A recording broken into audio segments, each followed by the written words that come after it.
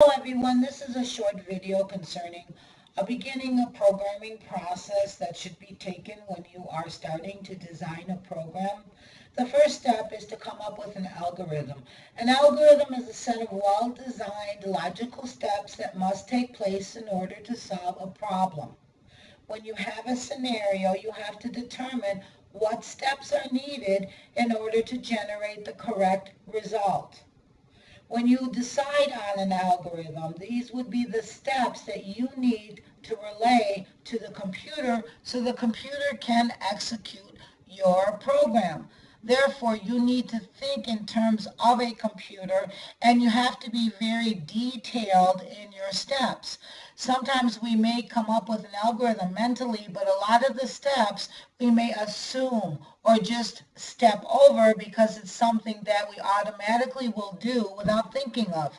However, when you specify the algorithm for the computer, you must make sure every step is listed. One tool that is used in programming is the creation of pseudocode. Pseudocode is just a shorthand way of jotting down your algorithm or jotting down the steps that you want your program to follow in order then to generate the correct results you want.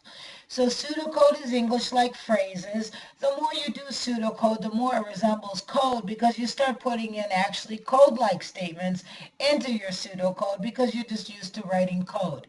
But what it is just a helpful tool for you to logically specify the steps that you want to make sure your program includes. All programs follow the input process output cycle. This cycle involves input that your program will take and use to process to generate an output.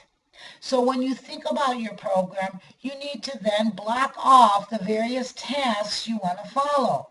You first need to identify those that relate to input, then those that relate to processing, and then those that relate to output. All programming languages will have these steps. Input. Input is how you get data into your program so then it can do your processing and generate the results you want. Now, depending on your program, input can come from a variety of avenues. It can come from your GUIs. It can come from the keyboard, text box, mouse click, voice, file. So there are a lot of ways you have for your input, and once you decide on how you want your input to come in, will determine right away the code that is used and to program it. All programming languages will have the code to accommodate all these varieties of input.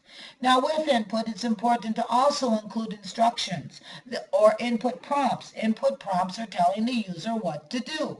So make sure with all input requests that you have instructions or prompts so the user knows what to do. Once you get your input, you want to make sure you store it. You will store it in variables. Variables are memory locations that are used throughout your program. You give these memory locations a symbolic name or word that makes sense to you, and it is this area that captures the input, stores it for you, and you reference it by the name.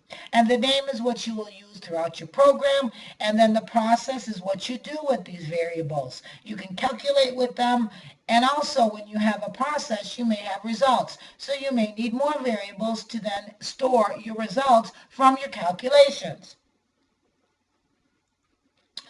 Output. Output, again, is what you want to do to interact with your user. You will have then output that will display your results or input prompts that will tell the user what to do. Varied delivery modes can be the screen, printer, file, and again, all programming languages will have the code related to your delivery mode. So once you decide on what the delivery mode is, the code is automatically written for you.